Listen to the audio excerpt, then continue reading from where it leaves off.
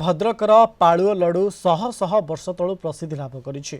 एहार स्वाद अनन्य पाळुओ लडु को आहुरी व्यापक और परिचित करने भद्रक प्रशासन अंटा भिड़ी। एपरिकी एही स्वादिष्ट व्यंजन को जीआई मान्यता देवाई जिला प्रशासन पक्षरु किपरि उद्यम आरंभ होइछि देखिबा रिपोर्ट रे।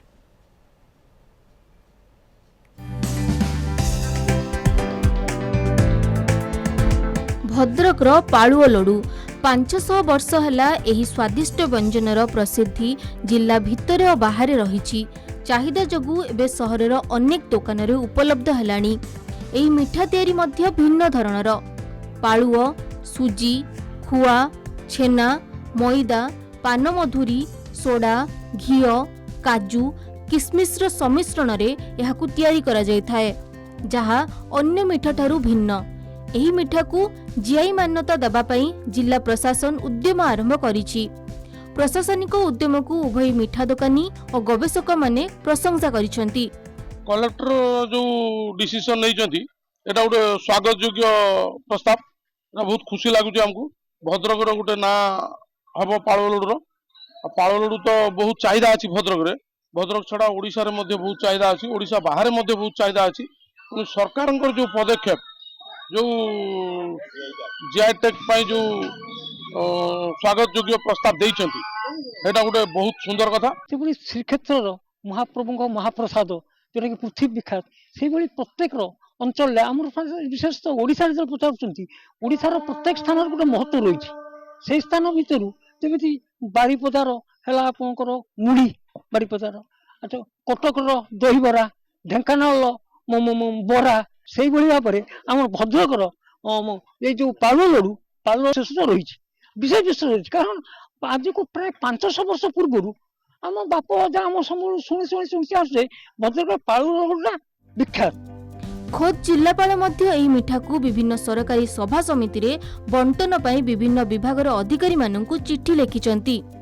एहा द्वारा पाळुओ लडुर चाहिदा बढ़िबा सहित दोकानी माने मध्य एही मिठा प्रस्तुति पई अधिक आग्रह देखाई पारिबे। एही प्रसिद्ध मिठा को जीआई टैग मान्यता पई जिला प्रशासन सरकारक पाखकु प्रस्ताव पठाइबार उद्यम आरंभ करिथिबा जिलापाल कहिसंती। सेहीपरि जातीय राजपथ पार्श्व पाळुओ लडु स्टॉल खोलिया पई मध्य दोकानी माननक सहित आलोचना करा जाईछि। पाळुओ लडु होछि गुटे एपरि मिठा जोंटा कि बेसी मिठा नुही, पार्टी को क्रिस्पी लगे, मुसमुसिया लगे एवं खाइबार तार गोटे स्वतंत्र स्वाद रही। अन्य सबु मिठा ठारू यार स्वतंत्रता रही। तार कारण यार जो मुख्य इनग्रेडिएंट्स बा जो उपादान सामग्री मुख्यतः होछि पाळुओ, ता सहित सुजी मिसे, मैदा मिसे, गुआ घिओरे जदि तैयारी हुए ताहले यह अधिक क्रिस्पी एवं अधिक स्वादिष्ट हुए, जार मूल्य मध्य से अनुसार वृद्धि पाए।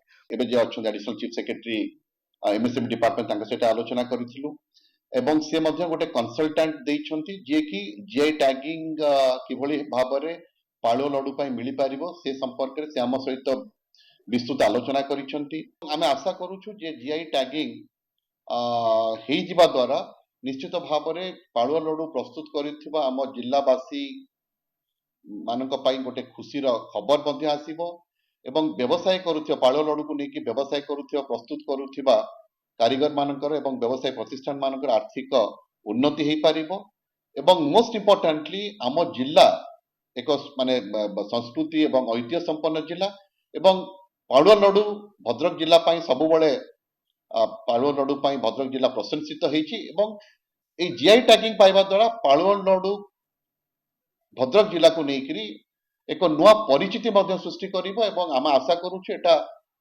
वर्ल्ड वाइड मध्य तार प्रचार प्रसार हबो। भद्रकरू नरेंद्र बारिक का रिपोर्ट, कलिंग टीवी।